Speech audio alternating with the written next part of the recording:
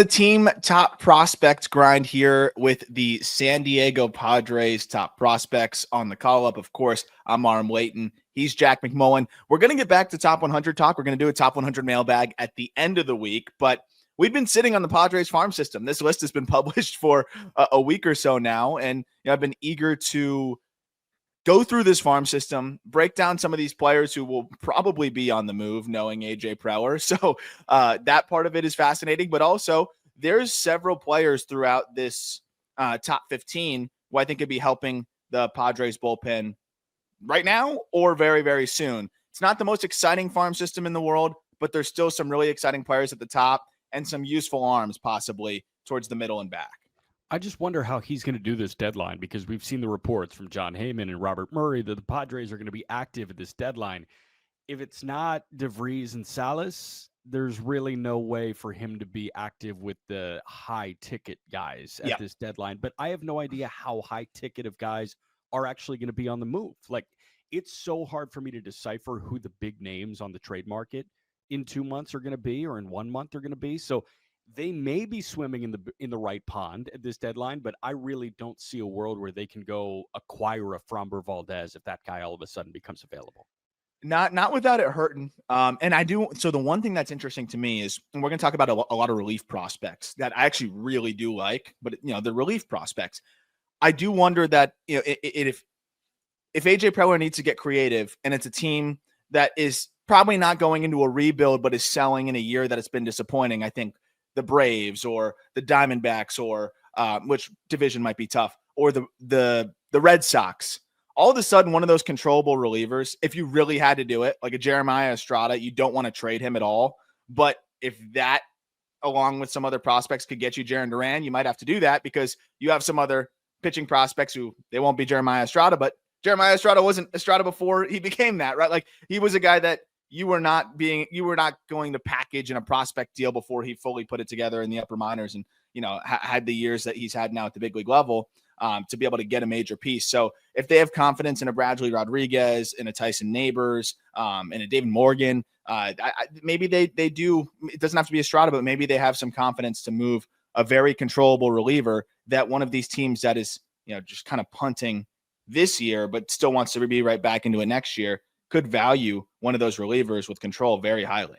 I think the one, given the contract situation, that makes the most sense right now is Jason Adam, because he probably doesn't factor into their 5-year plan, but he's still cheap and decently controllable. So I feel like Adam could be on the move right now, especially when he's not getting ninth inning reps, and you feel like Estrada is probably the next ninth inning guy after Robert Suarez. So they have. That's a tough part because Suarez is going to depart probably. So right. Yeah, that's a good point. It's interesting. He's going to get creative though. Mm-hmm. Absolutely. Names to watch. Yes. As always, Jack will lead us through it. The link is in the episode description to follow along with the prospect write-ups. And it starts with a 24-year-old catcher who's actually having, I think, the best year of his professional career. He is. The problem is it's his third year in Double-A. Brandon Valenzuela is the guy, and I was a little hesitant to put him in the names to watch, and the reason I say that is because it's been a while, and he hasn't really figured it out until right now. Now, granted, he might be figuring it out offensively enough to be a backup catcher and a guy that can run into a couple of homers, but, he's always kind of been – he's like a very poor man's version of Kevin Alcantara in that conversation. And the reason I say that is we've just been waiting for Kevin Alcantara to break out in the minor leagues. Like, the breakout's coming. We were told Brandon Valenzuela was going to be the next big catching prospect for the Padres like 4 or 5 years ago. And we're still. I remember you talking about that when you were with the Tin Caps. Like, it was, he's going to break out this year. Like, not you saying that, but you were saying that was the energy around the organization. Around the organization was we got the big three in the Padres system at the end of the year, and it was Robert Hassel III,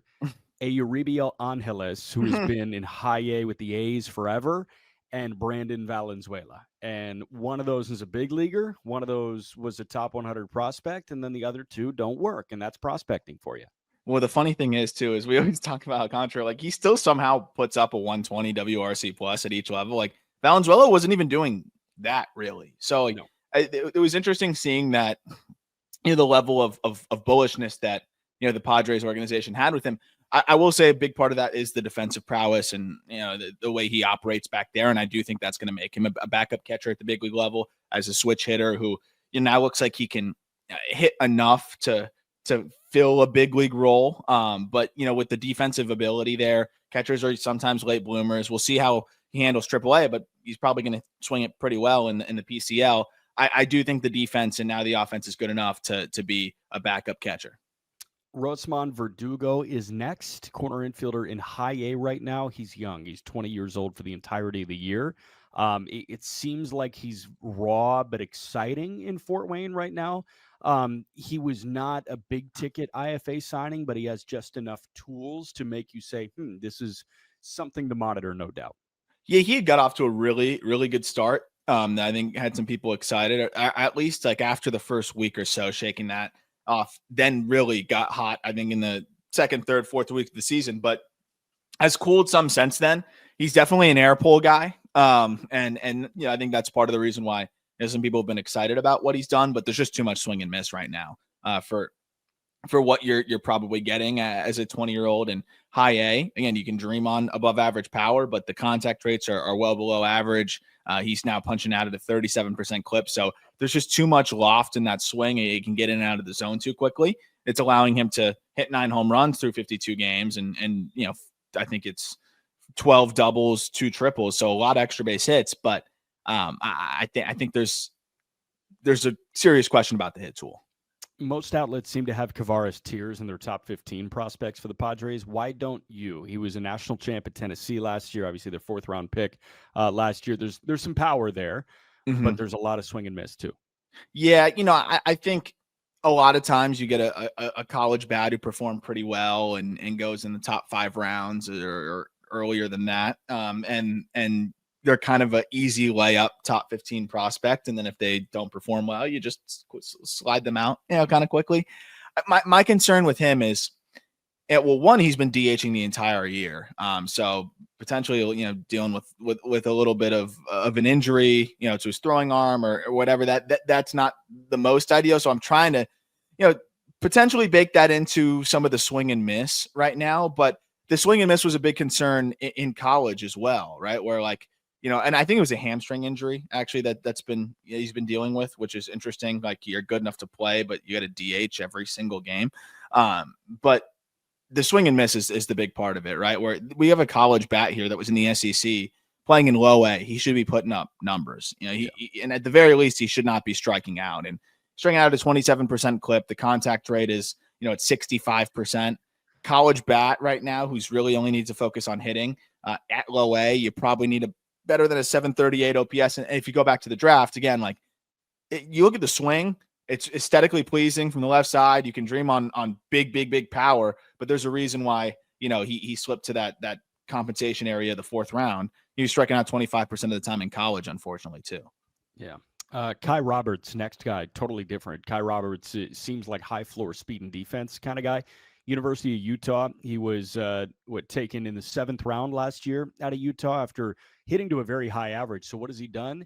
He's showcased speed at the time that we were writing this, 23 bags in 38 games this year as a professional. And then he was also getting on base at a 431 clip. So he's getting on base. He's hitting the ball around the ballpark. He's not hitting it out, but he's got speed and defense. It screams second center fielder, or like that guy hitting 310 in AAA that you can grab at any time. Exactly. He's definitely a good depth outfielder with the speed and defensive ability. He's got to up the contact rates as well a little bit, but he hits the ball hard. And I think that's where you can dream on a little bit more power. So if he can lean more into the 3 true outcome side of things with that speed and defensive ability, I think you have, a solid depth outfielder, maybe 4th outfield type. Victor Lizarraga was absolutely a top 10 prospect in this system coming into this year, maybe. He was a young guy that feels like has been around forever, as I entirely skipped Isaiah Lowe. Now we talk about Isaiah Lowe and not Lizarraga. Isaiah Lowe, big guy, right-hander, throws like a big man. He was an 11th round pick in 2022. They signed him. They overslotted him to pull him away from a Wake Forest commitment. Had a shoulder issue a little bit earlier on in his career, but he was an innings eater at a 3.3 last year. And it seems like he's got a back-end starter type arsenal. Yeah, I was pretty excited. I want to say 2 years ago, and even like early going last year of like what he could potentially be. And I think there's still, you still have that potential. He's just going to be 22 years old for the entirety of the season, but it seems like the stuff is backed up a little bit here this year, and he's been a little bit more challenged to miss bats so far this season. But I think when you see the athleticism on the mound, the way he throws, and some of the characteristics of his pitches, you can dream on that back end of the rotation starter outlook. But right now, I think he's still trying to figure out his identity and his arsenal and what works best for him. Got you. Now Victor Lizarraga. He would have been a top 10 prospect in this system if it was not for the start of the 2025 season. Is that fair to say? Yeah, I would say so.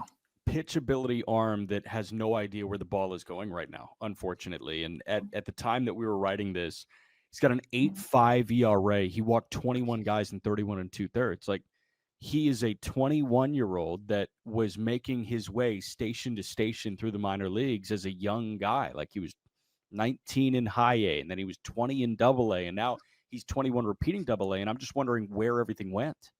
And the stuff's just not good enough to be this like scattershot with the command. Like it can't happen, right? You're not going to be able to pitch your way out of hitters counts when it's 91 to 93. And yeah, there's some vertical life to it, and I think that helps. But you look across the secondaries, I mean, they just haven't really been there for him. So if you're not going to fill up the zone, you're going to need to have a little bit better stuff. Or if you're going to be a pitchability guy, as you alluded to, you're probably going to need to be have the pitchability, right? So it's been frustrating from that perspective. I mean, 9 homers and 11 starts, but the 13% walk rate, I think, is what really hurts when opponents are also hitting 300 against you. It's tough. The good news is he's 21 years old, and he'll be 21 for the entirety of the season, so he has time to get right and kind of just figure out what's going on here. But the fascinating side of it is he's throwing harder this year. And I think maybe that might be part of the challenge of why he's struggling to fill up the zone. That the stuff is just a little bit harder. And I mean, he's up like a tick and a half. So maybe it's more difficult for him to harness, but the curveball looked so much better last year. That pitch has just not really been there for him this year. Pretty much all the secondaries have backed up from a quality and command perspective, which is somewhat bizarre when you see a guy tick up a mile per hour and a half. So kind of a wait and see situation here, but definitely still plenty of intrigue, and hopefully the Padres can help get him right. And last but not least, probably another guy that factors into their bullpen at some point, Manuel Castro is a right-hander in Double-A, and Castro just turned 23 years old. He's punched out 32, walked 7 in 19 innings of work so far this year. It seems like he's going to be that fastball at the top, curveball at the bottom kind of guy, and it's probably not closer stuff, but it's seventh inning stuff.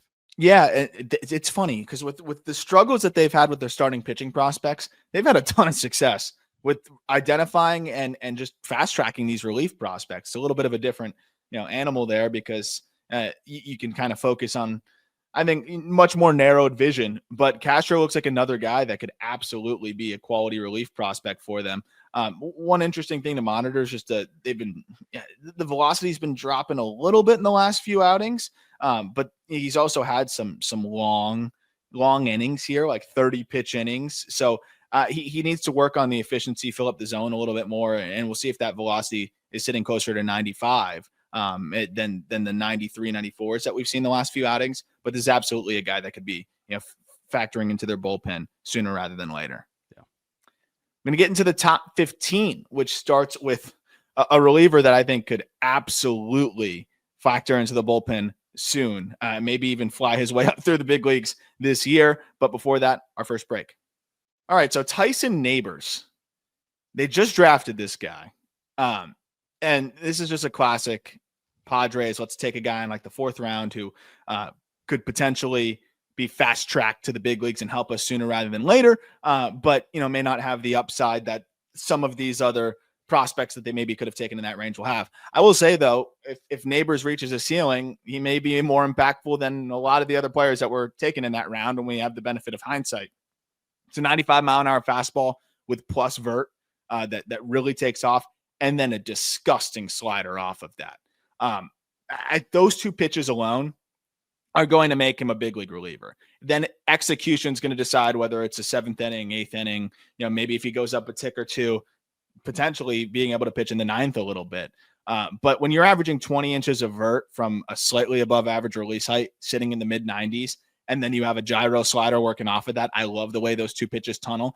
You're going to have consistency against different handedness. That's going to work against righties and lefties. And you're going to tunnel just so well that I think it's going to be a really effective duo of pitches. He'll flip in a curveball here or there. Doesn't really need to, though. He struck out 44% of batters so far this year.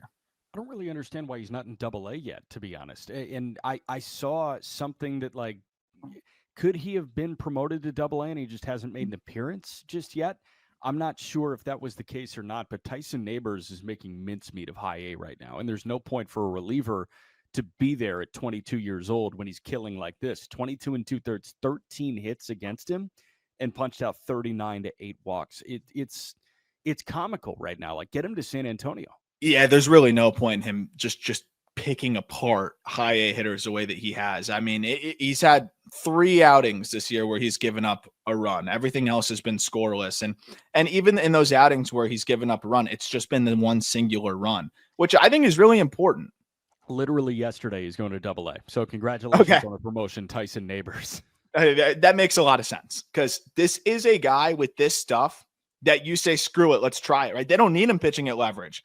This gives you an arm with leverage stuff that could be pitching in the 5th, 6th inning late in the season when you're going to have a short leash on your starters. So, I mean, they have so many arms here, man. Like, I think the Padres, if the rotation continues to thin out at points, Darvish doesn't come back as soon as you want. Like, Neighbors has been stretched out for 2 innings or 1+ a couple of times.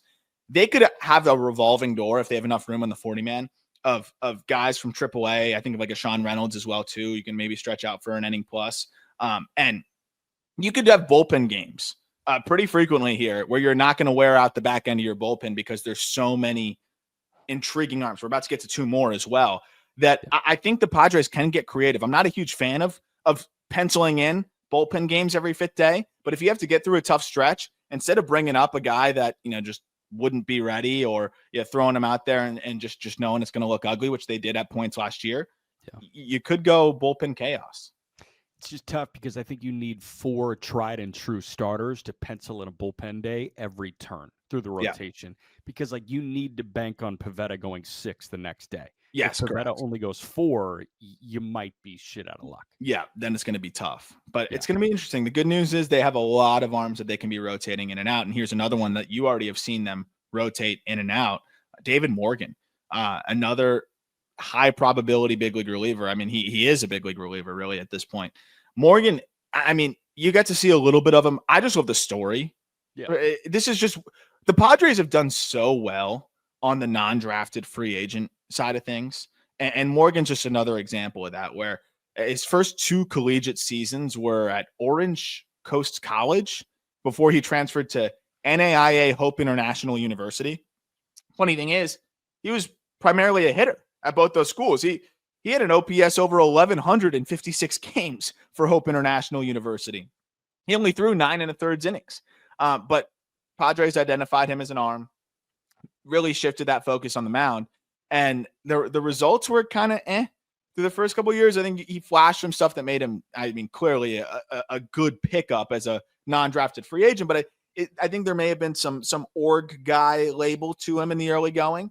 And then he shook that very quickly heading into 2025, where his fastball jumped, I think, to 96, or from 96 to 98 miles per hour, touching triple digits. And he adjusted his release point some. It looks like it's just a more natural throw. That's helped the slider and the curveball play up as well. It looks like a plus heater, above average slider, average curveball. Like, that's going to play well in the 6th or 7th inning. Orange Coast College, the same school that gave us Eric Wagaman of your Miami Marlins. But yeah, Morgan, it was interesting. And, I was calling this game, and we got the press release that David Morgan had his contract selected. And I was like, who is this guy? I've never heard of this before. And there are very few guys that, I'll see are in line to make their debut, and I have no idea who they are. Like on Sunday, I think Ian Seymour was recalled from AAA. I was like, okay, yeah, I know exactly what to expect if Ian Seymour comes into the game.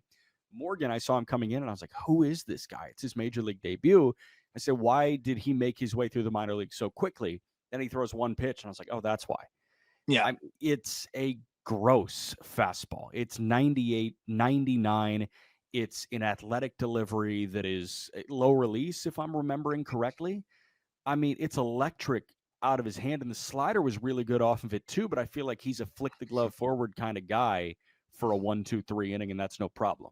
Yeah, I mean, it's like a 5-4, 5-5 release and takes off a good bit from there. And then you have that slider and curveball. If anything, he might be around the zone too much right now. Maybe. And I think that's where he's gotten hit a little hard at points. 7 homers and 19 appearances. Out of that came in one or 2 of those came in one crazy outing in El Paso. So that's something to look at there. But I think just when you look at the strike rate on the curveball, 77%, it's almost too much. 72% strike rate on the slider. It's just in the zone at a crazy clip. Like the in zone rate this year on his slider is 66%. So I think guys are in swing mode a little bit too much. As he gets more comfortable, throwing more chase pitches, like he has a lot of wiggle room here. He's walked 2% of batters, so he can maybe get guys to chase and expand a little bit more. But I love the fact that he's got this zone confidence and fastball ticking up from the mid 90s to 98, and then you have the command of these 2 secondaries as well. Like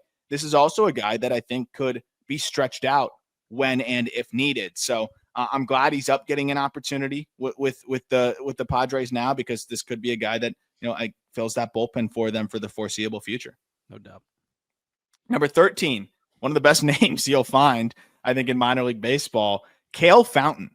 Kale Fountain was a 5th round pick in 2024 as well. Crazy high school career in terms of just what he did to, I don't know how the Nebraska competition is, but it's one of those situations where it's just like you still have to hit baseball over fence really far away, and he did that 31 times in his high school career. So I think that's enough to say, hey, this guy had a prodigious high school career. The big frame, 6'5", 240, and the hitting just prowess that he had as an amateur was enough for the Padres to shell out $1.7 million in the 5th round to sign him away from LSU. But Tommy John surgery kind of delayed his start to the season, and his pro debut, until 2025. And he's just getting his feet under him.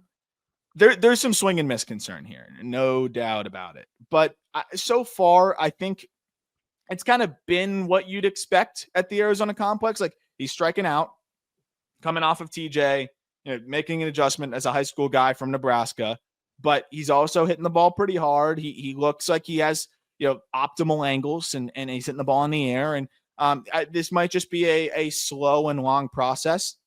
He's 19 years old. I don't think this is going to be a guy that flies through the minor leagues, but this is a guy that can be worth the patience. The Padres like taking these shots. You've seen the Josh Mears experiments in the past. I think Kale is a little bit ahead of him at that time in terms of bat to ball, but you have that kind of scenario here. LSU was ready to take the shot. And here's my thing. If you're a hitter committed to LSU or a pitcher committed to Wake, you're going to get the benefit of the doubt for me. And man, like even if he does turn into Josh Mears, it's a good shot to take at 1.7 million. It's a good shot to take in the 5th round, because the hit rate on 5th round draft picks is so incredibly low. So I love that they take these shots, because sometimes they turn into big leaguers or AAA guys that you can package in a trade. Well, and how often are you getting a guy in the 5th round, a high school guy that has, potential for 60 game power? Yeah, right. And when you get a shot to take there, especially when a system's thin, like that's how you replenish farm system, is by taking those shots. And, they balance it out, right? Guy that's going to definitely fill a big league role one way or another in a Tyson Neighbors, to a guy that may never get there, but if he does, can fill a much more significant role. So you balance it out in a Kale Fountain. So you balance out that approach. And I really do like the Padres draft strategy overall. Yeah. A power bat though. And then this is another example too, is then they find guys who are kind of a blend of both and just underrated in like the 18th round. And that's what they did with number 12 here in Romeo Sanabria. Sanabria is interesting because, I the backstory too, where it just kind of a completely overlooked bat at Indian River State Junior College. Ridiculous numbers there, but in junior college, it's going to be tough to really stand out. And really, as a pro, he's put up good numbers at every stop so far. And we even saw him in the Arizona Fall League, where he looked like a big dude who can absolutely run into some power and hit the ball hard. He's limited to first base, and I think that's a difficult part of it. But the contact rates are slightly above average. He's pillaging the baseball from an exit velocities perspective. He's too aggressive right now, but how do you tell a guy that's hitting 326 to swing less right now? That's going to be difficult. And he's doing that in Double A. Again, as a guy who just turned 23 without a ton of track record against tie-in competition going into his professional career, this guy could absolutely be a first baseman for a second division team if he keeps progressing the way that he is. But this could be a good power platoon bat as well. I think you're starting to see a guy that's going to potentially just mash his way to a big league opportunity, and you don't really know what the outlook's going to be. It's kind of just be let's see if he does it up there, but it's an 18th round pick. So his performance so far, I think, is becoming very difficult to deny. And I circle that 15% strikeout rate and say that's probably the most encouraging thing with the EVs where they're at. I'm surprised he didn't have a better fall league than he actually did, because we saw him out there for a week and we were like, this is the biggest guy on the field. I mean, it just seemed like he should have dominated that level of pitching, and he just didn't, but he's dominating his level of pitching right now. Also, Baseball Reference tells us that it's Romeo Sanabria. So, okay, put a little English on it. Oh, I like that. I like that better, honestly. Romeo Sanabria. But 90th percentile exit velocity of 106 miles per hour. So hitting the ball really hard. He needs to get a little bit more loft into that swing and get the ball in the air a bit more consistently. But I mean, this is absolutely a guy that is turning heads with the way that he's swinging it in the organization right now. And you can say what you want to about drafting, first base only guys. But when the Padres do that, they typically are guys that can really swing it. And they do a great job of identifying just good hitters. Guy that I'm going to leave it all to Jack to break down here at number 11 is, I believe it's just David, right? But it's just spelled uniquely. Looks like David. Deivid Coronil, shortstop. Yeah. He's yet to make his pro debut. This is one of those classic. I watched some grainy footage and tried my best. He $900,000 IFA guy, but from the footage that I was able to see, shortstop, switch hitter. I do really like where the swing's at. I would like to see it in a game setting a little bit more. I would like to see it just in general more. But from what I was able to see, this is definitely a smooth swing from both sides of the plate that, again, you look at what the Padres do. They do identify swings really, really well. I really like that side of things. And then the power probably going to be well below average. Maybe he can progress into a little bit more. That's the good news. Is you look at a 6'3", 170 pound, teenager, definitely has more in the tank eventually. But the glove is where he earns kind of the most rave reviews, where he moves his feet well. The hands are good. It's an arm that I think can develop to be comfortably above average. So when you have the glove there, and then you can also look at a swing that says it's a good starting point, I think you can be excited about a guy that I think was their most expensive signing, if I'm not mistaken, at $900,000 in the 2025 class. I'm trying to remember if there was somebody more expensive than him. I wouldn't think so. No, it doesn't look like it. With the chaos of Sasaki too, like this was an important, guy to lock up for them. Yeah, I don't know if he was the top guy, but he was one of. It looks like he was the top guy. Okay, that's what I figured. And yeah, just just a definition of just a guy that we gotta kind of wait and see. But there's definitely I think a lot to dream on there. I think could be playing his way into the top 10 if he has a strong showing in the DSL. Sounds great. I'm in. He have cards? Not yet. I'm sure he will very soon. A guy who does, because he's been in the minors for a long time now, did get his big league shot recently, but we'll see if he gets a little bit more runway later on. Tirso Ornelas at number 10. It's funny because typically I'd say like, oh, do you feel old or whatever? Do you feel young that Tirso Ornelas, who is on that Fort Wayne team, is still in the minor leagues? You're not that old and washed. I guess honestly, the one that jumps out to me is Kevin Kopps, who he won Yeah. the Golden Spikes, and his first stop in the minor leagues was Fort Wayne, and I remember that interview vividly. And is he still in San Antonio right now? Kevin Kopps. I Kevin think Kopps, so. Let me. Golden Spikes award-winning middle reliever He's at in AAA Arkansas. now. Hops in. Okay, he's in AAA. That's the one, honestly. Hassel debuting. I was like, okay, you know what? We're still good because Hassel got there, and he still had some prospect pedigree. But Tirso's an interesting one to me. I think he's been in the minor leagues for way too long. He's played 771 games in the minor leagues. That's way too much for a guy like this, who is much bigger than his power grades would suggest. Like, he's a big dude. He should be hitting the ball harder than he actually is. And that has probably been the hang up for San Yeah. Diego. He Yeah. doesn't do something great. He just does everything solid. Yeah, I think that's definitely a big part of it. And yeah, it's this tweener offensive profile where he is hitting the ball harder, but it's only like on the top end side. Like, you'll see the 90th percentile up to 105.5, which is way higher than it's typically been, but a hard hit rate of 35%. So it's like, okay, every once in a while you're running into some solid top end exit velocities, but you're just not doing it frequently enough. The average EV is too low for a guy that of your archetype, and again, the hard hit rate's too low. It's very puzzling, but the approach has gotten a little bit better. He can play a fine corner. Like, he seems like a solid bench outfielder, potentially platoon piece. And I just wonder why he hasn't gotten a little bit more opportunity. I just watched Brandon Lockridge, misread a fly ball, and it just doesn't really hit. And I'd like to just know what see they do with their bench. We're on year 4 now of me saying I don't know what the San Diego Padres are doing with their bench. I'd rather give Tirso an opportunity to do something, and just 1,000,000%. There's a chance that he can give you a 725, 730 OPS this year. And I think you'd kill for that, compared to, what you're getting from some of these other guys. Also, before I move on to number 9, a guy that has just popped onto the radar, and I'd be remiss because I can already see the YouTube comments saying like, well, you forgot about this guy, Victor Figueroa. Sure. I just wanted to shout him out real quick, because I'm not sure if you could pull up where he was signed out of, or like exactly. I'm very interested because I think he was like another JUCO, like Mississippi Valley something guy. He is a little bit older at 21 years old to be playing at the complex, but he started the Arizona complex and he hit 605 in 11 games at the Arizona complex. Legit 605, with 5 homers. And then they've brought him up to low A now, where that's going to be a little bit more of a challenge, and as we'd expect. But he's been really good there too. He's hitting 259 now, so the third of the batting average, but a 903 OPS. He's only striking out 13% of the time.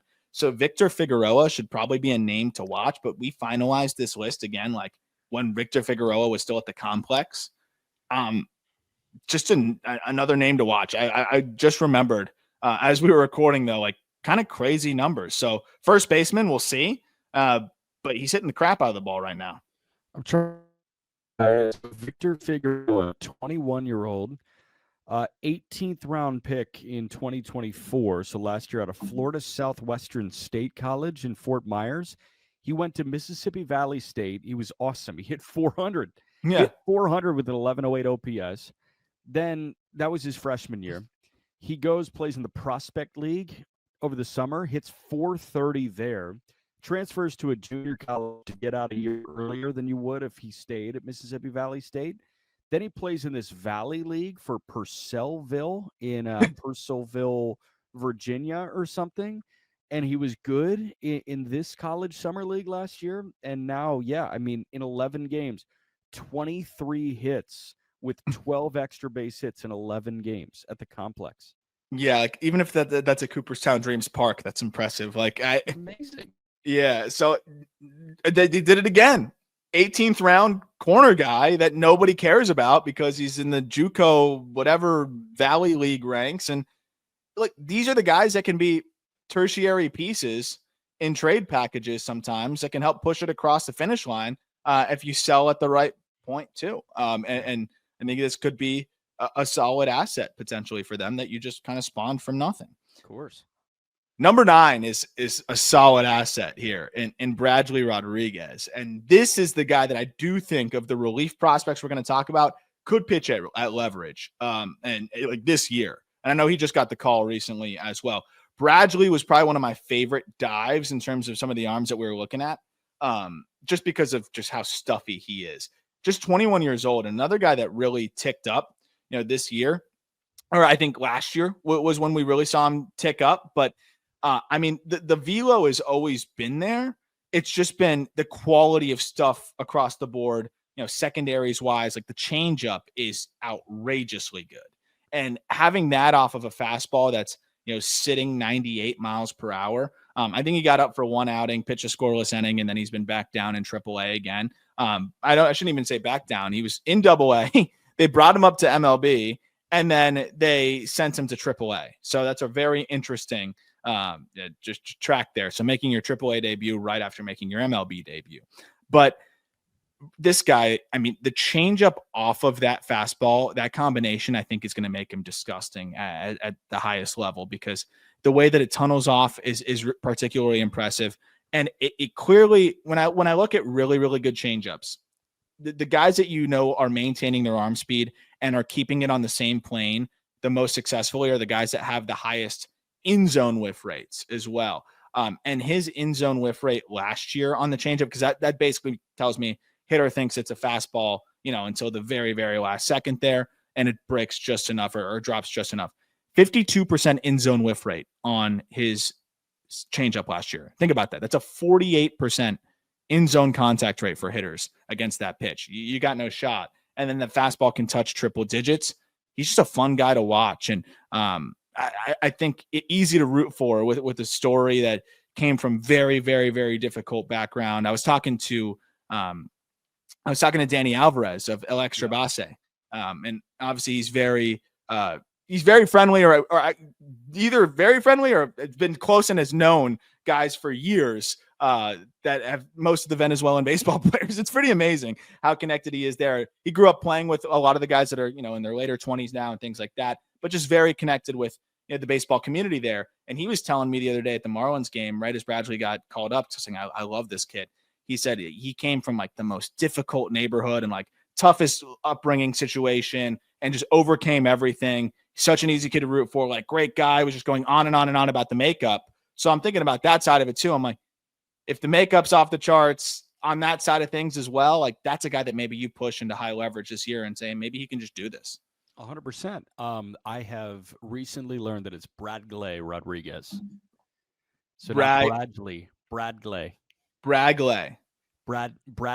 Rodriguez. Bradgley. Oh, that makes sense. Bradgley. Okay.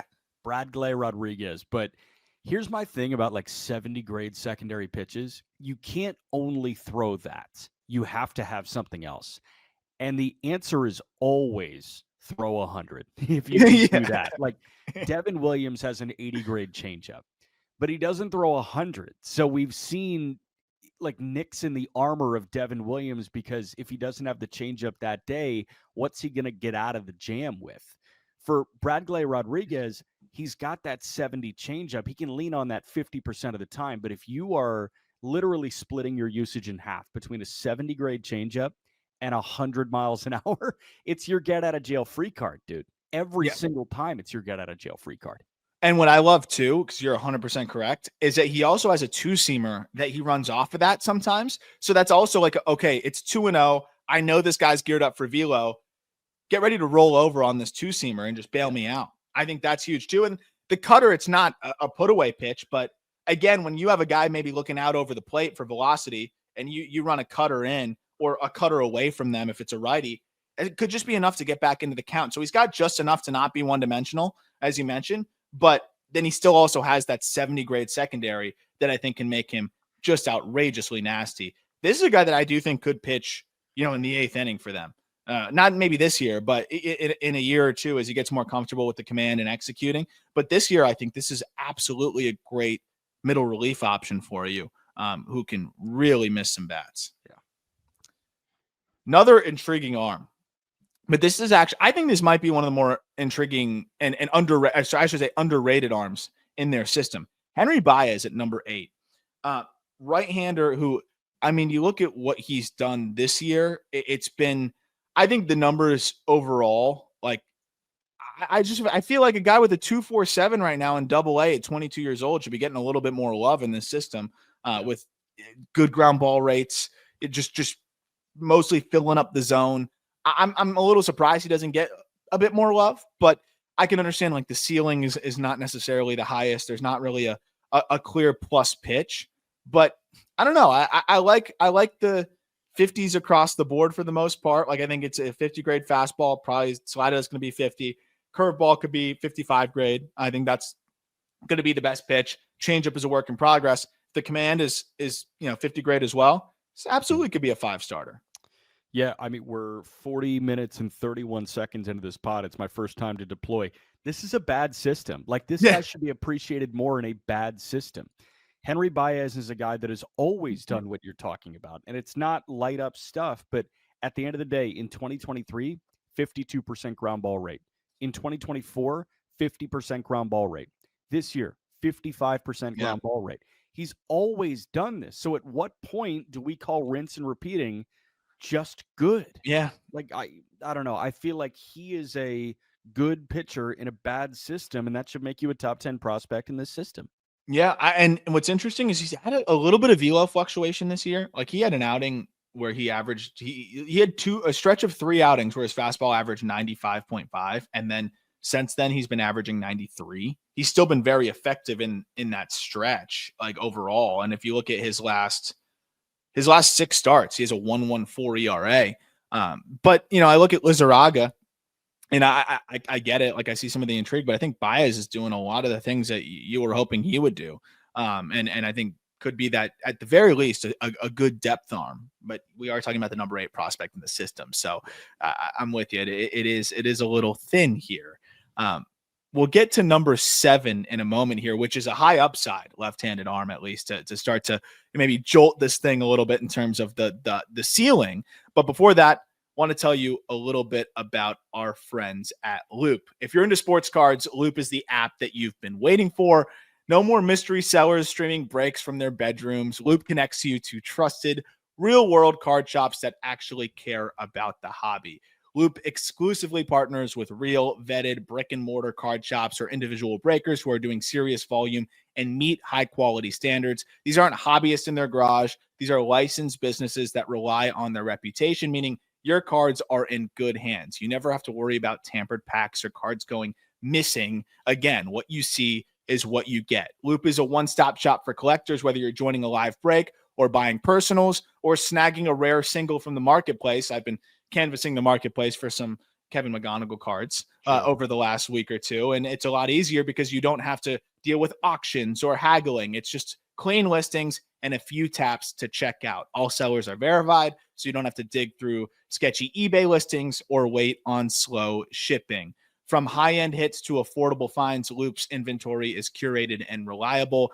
And the coolest, I think, social element about Loop is, or the coolest element, I think, is the social side of it, where you're buying into these live breaks where you're talking to people that are in the break with you, or hoping to pull something fun. But then you have the card shop owners or the breakers who are so much fun in there as well, maybe answering some questions you have about the product, things like that. That's where I have a lot of fun with it. Got to know some of the people on the platform. They're very awesome people. And you even look at Hit Seekers, which is who we went out and hung out with in Fort Mitchell, Kentucky, just by the Red Stadium there. They're on Loop, and we had a blast doing a kind of meet and greet there with some people in the Cincinnati area. We might be doing a live break or a live break with them on Loop sooner rather than later.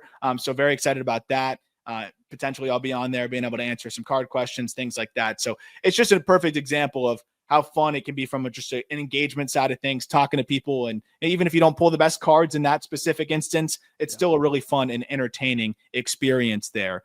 I would say probably the most fun I'll have when I'm sitting on the couch in the evenings, when the baseball is slow, is ripping this 2025 Bowman baseball specifically, and trying to chase those Luis Peñas and Kevin McGonigals. And if you head over to loop.cards/call-up, that's LOUPE.cards/call-up, Loop is offering our listeners a special offer. Any purchase over $50, you get $10 in credits to use on whether it's a break or for singles or whatever it may be. All you have to do is go to loop.cards, LOUPE.cards/call up. And for your first purchase over $50, you'll get $10 in credit. Cool. Number 7, Boston Bateman. I actually pulled a Boston Bateman from Hit Seekers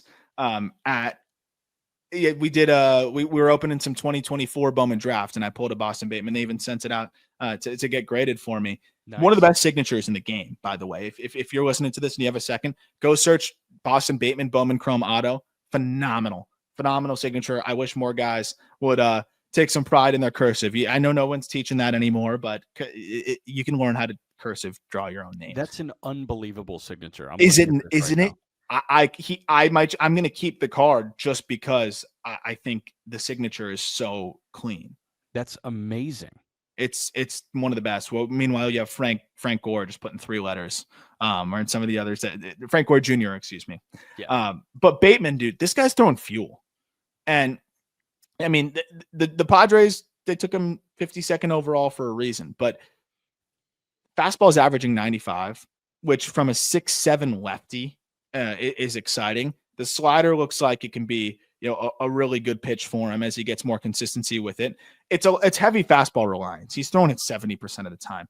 But this is a 19-year-old in low A that doesn't really need to do anything else. Yeah. And if you look at the way he's kind of settled in, even over the last 3 starts or 4 starts, I would say, I'll go to 3. Last 3 starts, 14 innings, 16 strikeouts, 3 earned runs, and the 7 walks. The walks are still a little bit high, but the last 2 times out, I think have been really encouraging, where he's gone 5 innings, he's allowed 1 run, he's walked 2, and he struck out 5 and 6 respectively. So I think you're seeing him settle in a little bit more, but he's going to need to cut down that fastball usage, and I think he has the last couple outings. But when you're a lefty who's 6'7", who throws 95 and can get up to 98, and you're getting your feet wet in low A, I can understand going fastball heavy. Yeah, 100%, man. And he's just a big dude in general too, and you feel like everything else is going to tick up once he kind of gets the consistent feel for everything down. He is interesting. Do you feel like he's a 2-pitch guy at this point? Because your grades would seem to indicate, he's just a big lefty out of the bullpen. Yeah, I mean, right now he looks like a relief arm, and that's definitely the risk. I mean, when it's 70% fastball and then 15% slider, he's mixing in the changeup. He's trying. The changeup actually looks like shape-wise like it could be decent, but it's just nowhere near the zone right now. He pretty much is 2-pitch guy, and I think that's what almost makes it more impressive, that he's been able to overwhelm these low A hitters, just pretty much saying, 7 out of 10 chance you're seeing a fastball here, and if you're not seeing a fastball, it's either a slider or a changeup I'm not throwing for a strike. So that just tells me he's overwhelming them with the velocity. But to your point, he could get a lot more extension. I think he could work down on the mound a little bit better. Just having more experience. This is a guy that could show up next year if he goes to, a pitching facility or whatever, and just starts throwing crazy stuff. And we're saying, oh my gosh, what clicked for him? So he has the templates there, but it's going to probably take a little bit of time. But what I like is, if it doesn't work as a starter, clearly that there's a relief outcome here that's going to be really, really fun to watch, because it's a 6'7" lefty who in short spurts in a couple years could be touching 100 with the slider working off of that. So you have a good fallback plan here with Boston Bateman. For sure. Number 6, Kash Mayfield, guy I was very excited about out of the draft. You loved him. Yeah, unfortunately, so far the stuff has been a little bit lighter than I expected. But this is another player where I think you got to be patient. Maybe not as patient, because he's definitely somebody that I think the pitchability was part of the intrigue. He was one of the older guys in the class. And I don't know. I've just been a little bit surprised at the lack of velocity. He did miss. I don't know if it was intentional or not. He did miss a couple starts. I think he had a 2-start stretch where he pitched on the 13th and then he pitched on the 4th. So I don't know. And it was only 1 inning and then 2 innings. So again, I don't know if he was dealing with something, but in those 2 outings, by the way, where he went 1 inning and 2 innings after making full starts before, he pitched a combination of 3 innings there, perfect, with 7 strikeouts. So that part was fascinating to me. So maybe he was dealing with a little bit of something and he's building himself back up. But the velo has been lower than I expected. He's averaging 91 miles per hour on the fastball this year. But there's deception to it and this cross-body delivery that I've always liked that will allow him to play up. I think will allow the stuff to play up. But I'm seeing kind of average stuff right now or slightly below. And remember, he's older for the class. He's 20 years old, and he turns 21 just before spring training of next year. So I'm not saying like, oh no, panic, but he's not. It's not the same 18, 19-year-old story with a left-handed pitching prospect here. So you want to see a little bit more there. But the changeup, I mean, that could be an above average pitch. And I think what you're seeing now is I was hoping there'd be a little bit more stuff. Maybe there still will be 6'4", 200. But I think what you're hoping for here with Mayfield is deception, and then that helping the changeup play up. It's an average fastball slider, above average changeup. If the command gets to above average, he's a back end starter.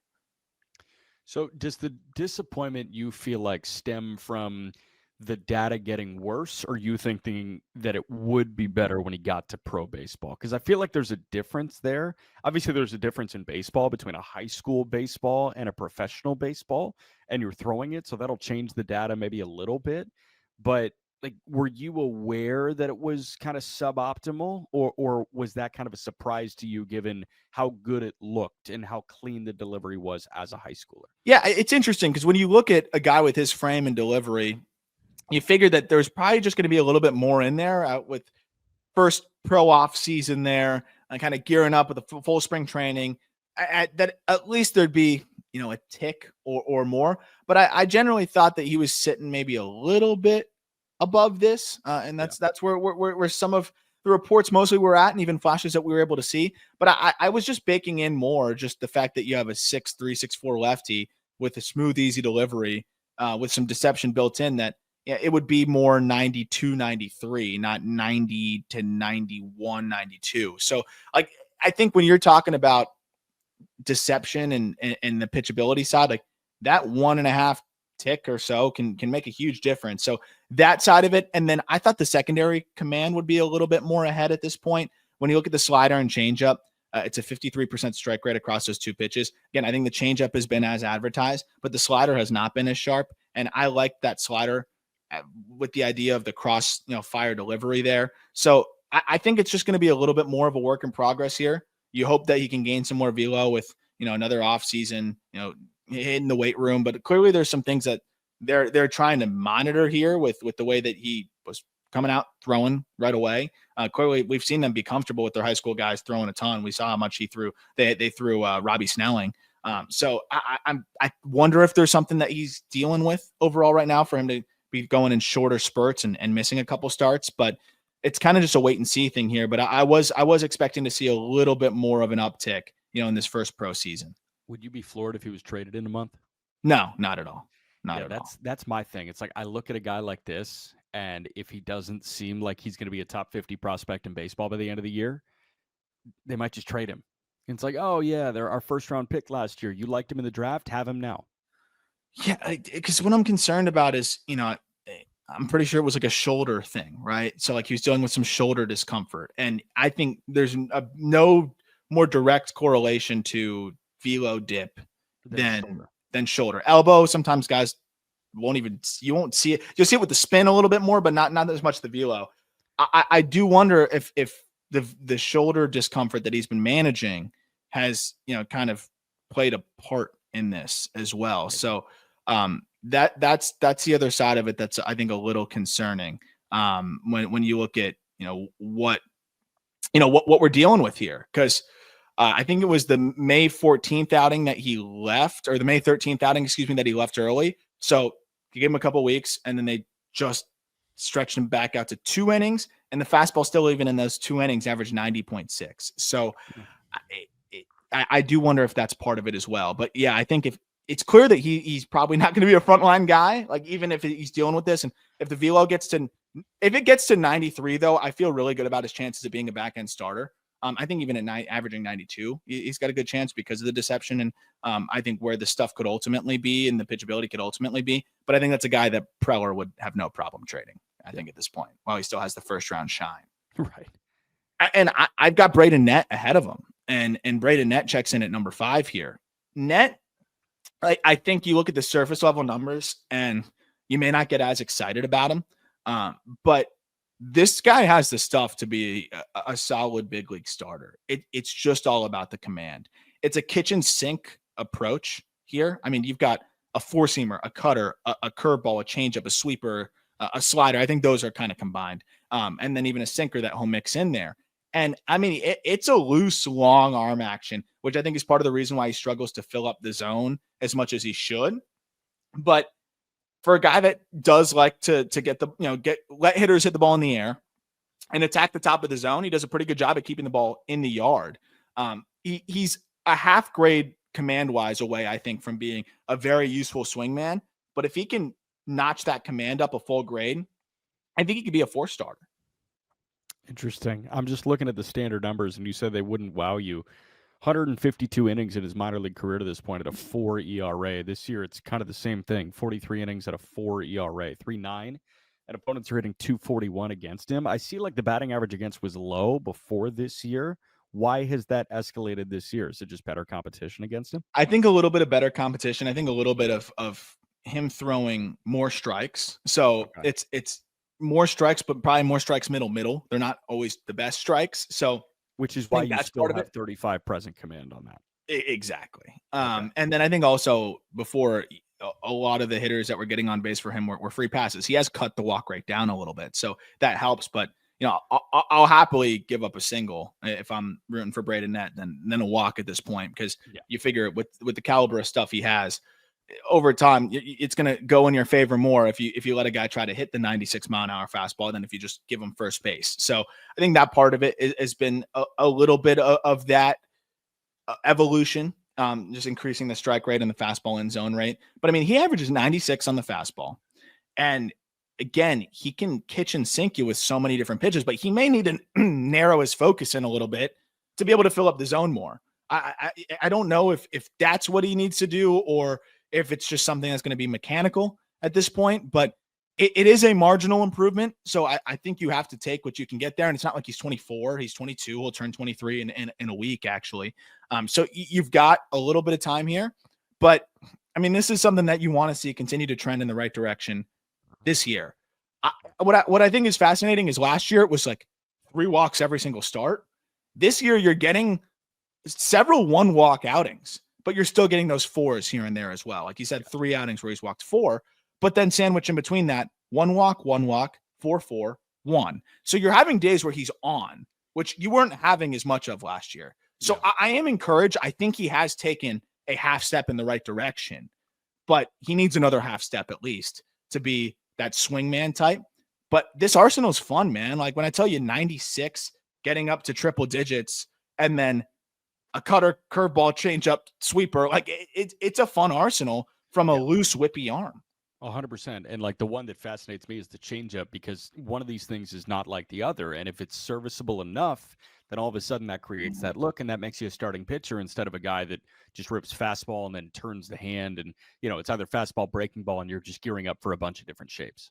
And I will say, like, that changeup is actually pretty good, like cool. Shape-wise. It just he 50% strike rate. That's his least consistent pitch. It might be his best swing and miss pitch. So I didn't really know what grade to throw on that thing. But this is a fun arsenal, and you hope that something can click there from a command perspective. Get to number 4.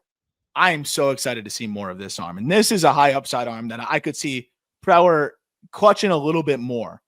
Humberto Cruz, they've been very careful with, which I think is interesting. Whenever you see the Padres be careful with a prospect, I'm always asking, okay, like, I hope he's okay. But like, okay, you definitely value this guy a good bit as well in terms of what his upside is on the mound. He turned a lot of heads pitching for the U18 Mexico team, and really shoved there, and on the international front, like ended up becoming like it was like an off-season IFA signing, essentially, in terms of like not MLB off-season. It was like the off-season of the IFA period where they were able to snatch him there. And they traded Blake Dickerson, a left-handed pitching prospect who they had like just drafted, and gave 4th-round money to get bonus pool money so that they could so that they could sign Cruz to a $750,000 deal, kind of in a different time span of what generally is the IFA cycle, because they were so excited about him. Last outing at the complex was a little bit rougher, but I look at the ability here. 18 years old until almost Christmas. You have a fastball that's averaging 95, a slider off of that looks good, and a changeup that is already flashing.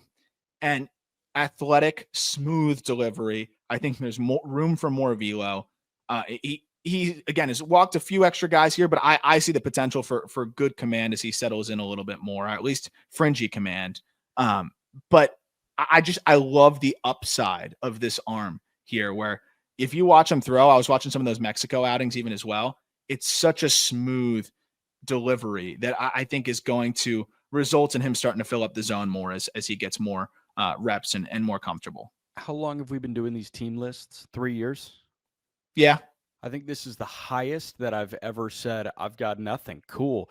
Yeah, number He's thrown 4. 10 2/3 innings in his professional career, but a number 4 prospect in an organization I know nothing about. So it's a good pitch. I really like the pitch. Do you feel like he needs to add a pitch, like a literal pitch on the mound instead of your pitch to me on Humberto Cruz? He needs to improve that changeup. I wouldn't mind maybe like a taste breaking, curveball or something like that. Yeah. And I think he has mixed some in that just like I haven't seen enough to even be able to grade it. But I probably should upgrade that command grade there. That's something that I now just, again, when we finished this, it was a few outings ago, just being able to see some of the video that I've seen now. Like, I think he can absolutely get to average command as he gets more reps here. But it's 18 vert on the fastball from about a 5'9" release height. So standard release height, average vert from that release height would be about 16.5 inches. Yeah. So he's about an inch and a half. 95. Yeah. Yeah. At 95, at 18 years old. So like that's a fastball that could get to plus.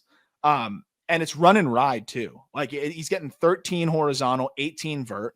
I think that's a super fascinating component to this as well, where that fastball can continue to get better.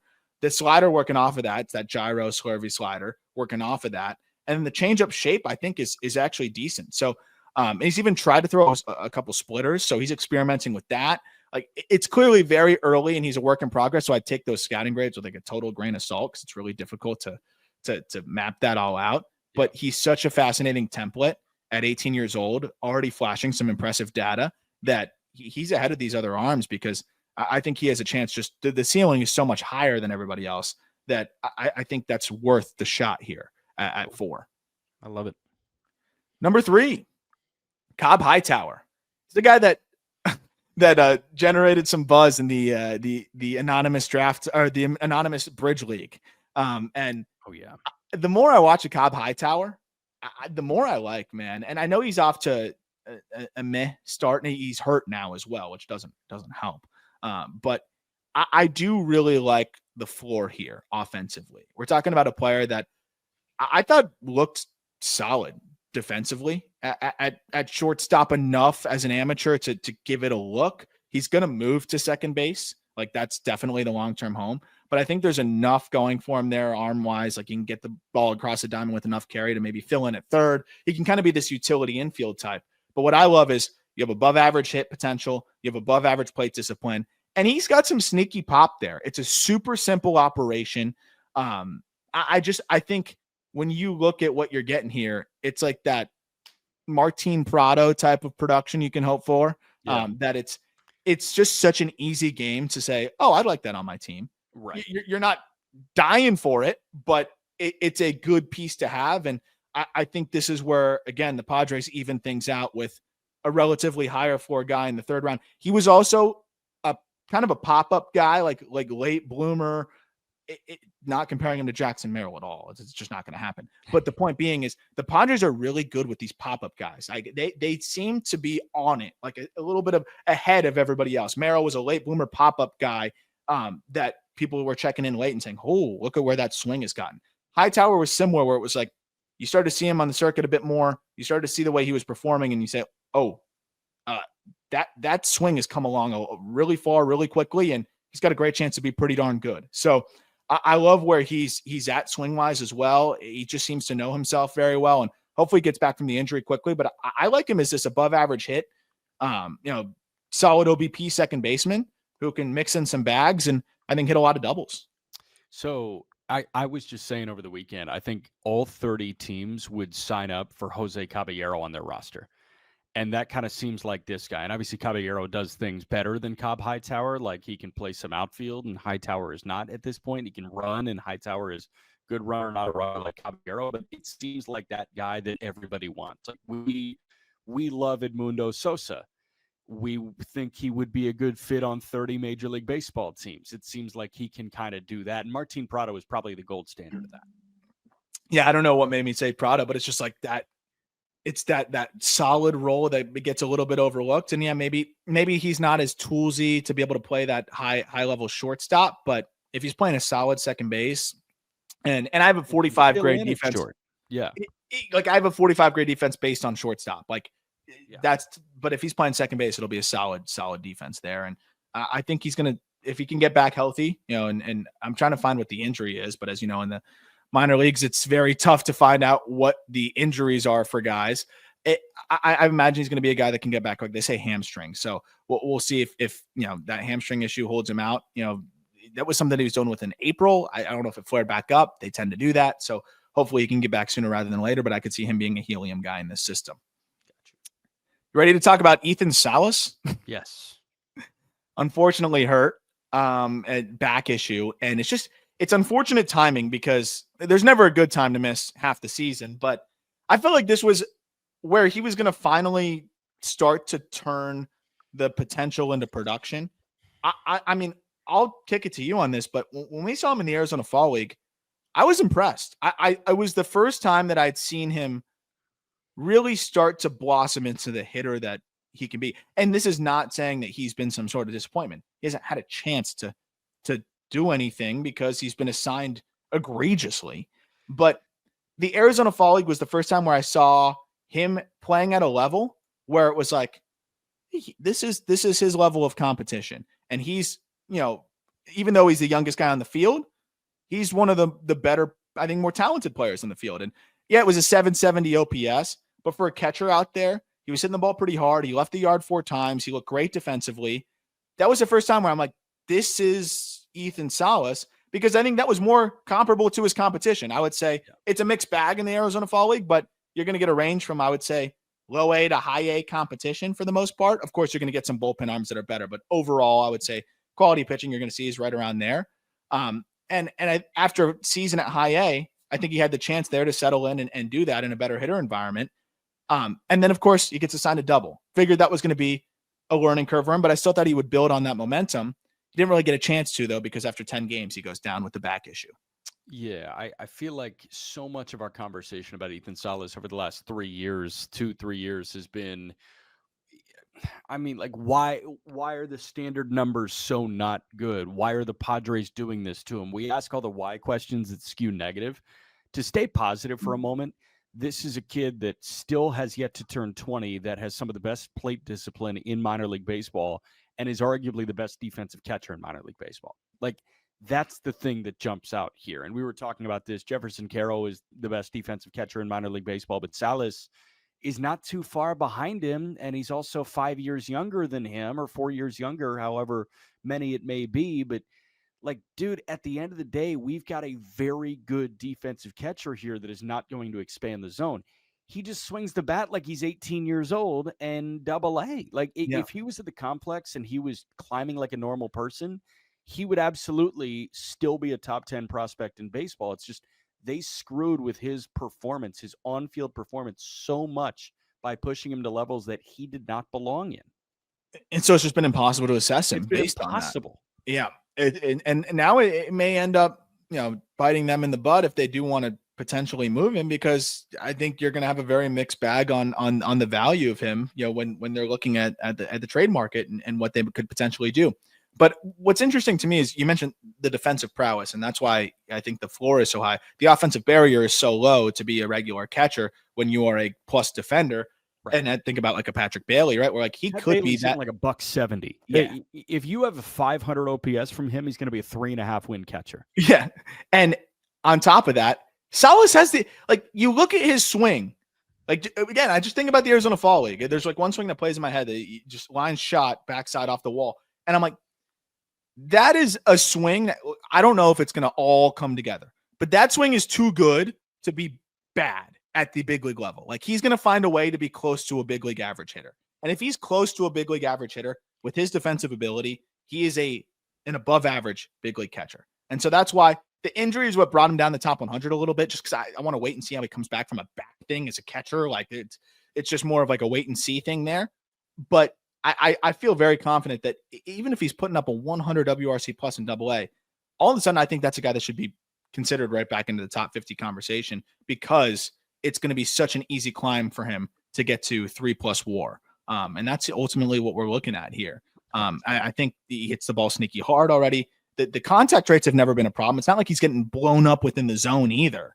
It's just the quality hasn't been there because he looked like an 18-year-old playing against guys that are 3-4 years older than him. And it really is that simple sometimes. Yep, exactly. So it's just a wait and see. But I wouldn't, sound the alarms or anything on Salas just yet, but hopefully he gets back healthy, around July and we get a chance to see him, start to really build some success and stack some positive days. Yeah. Number 1, no suspense here. Top 5 prospect in baseball, Leo De Vries. De Vries is the fascinating component because this is the guy that you would presumably have as untouchable. And I think in a lot of ways, the Padres probably view him as that, but nobody is untouchable. And this is the one guy that could get you a star player as a headliner here, because De Vries looks like he could be a star player. So that's where you got to really look internally and see what you got.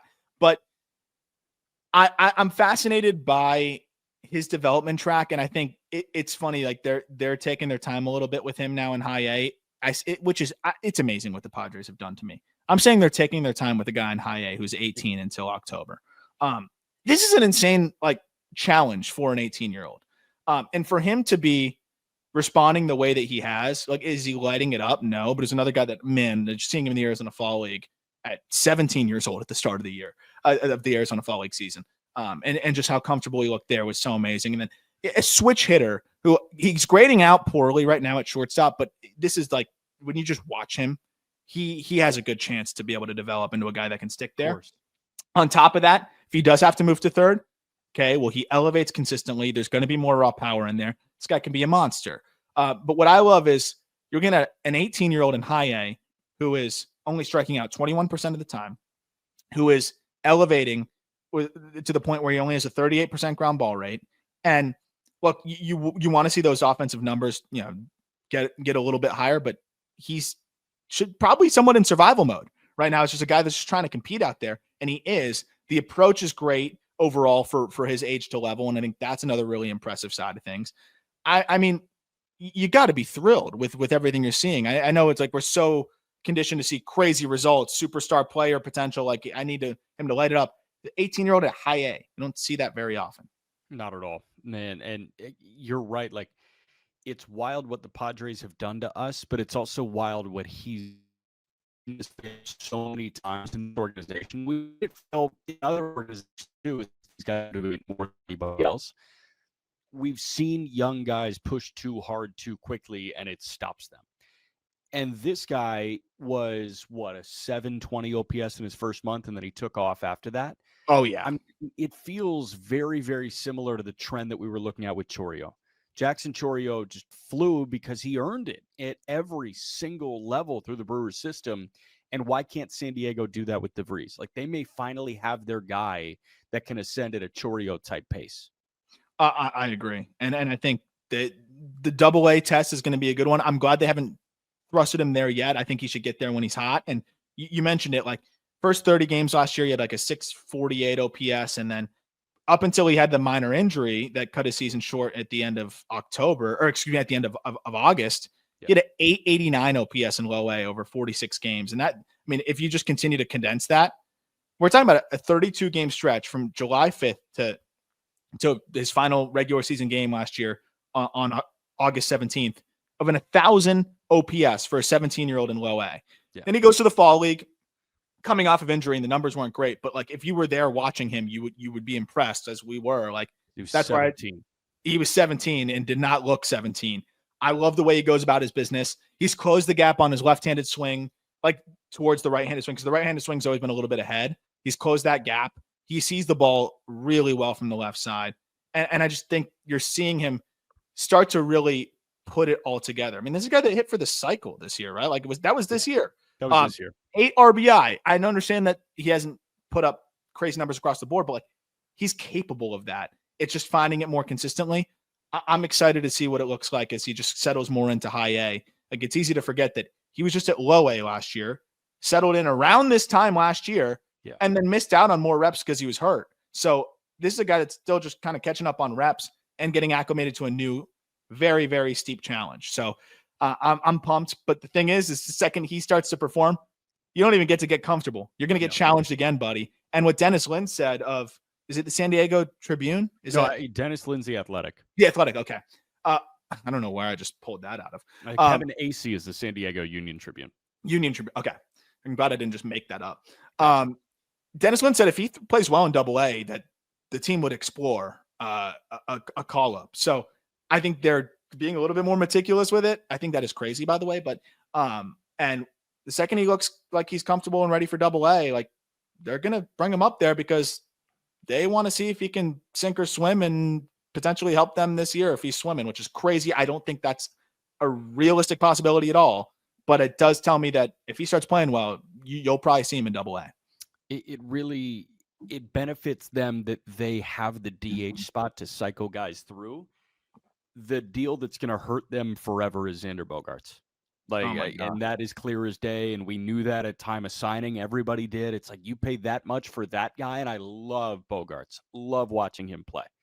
But at $290 million to gum up shortstop, 40. He's not that great at shortstop. Like you have your shortstop of the future here. Bogaerts is going to have to DH. A $290 million player is going to have to DH because you've got an 18-year-old that might be up by the end of the year.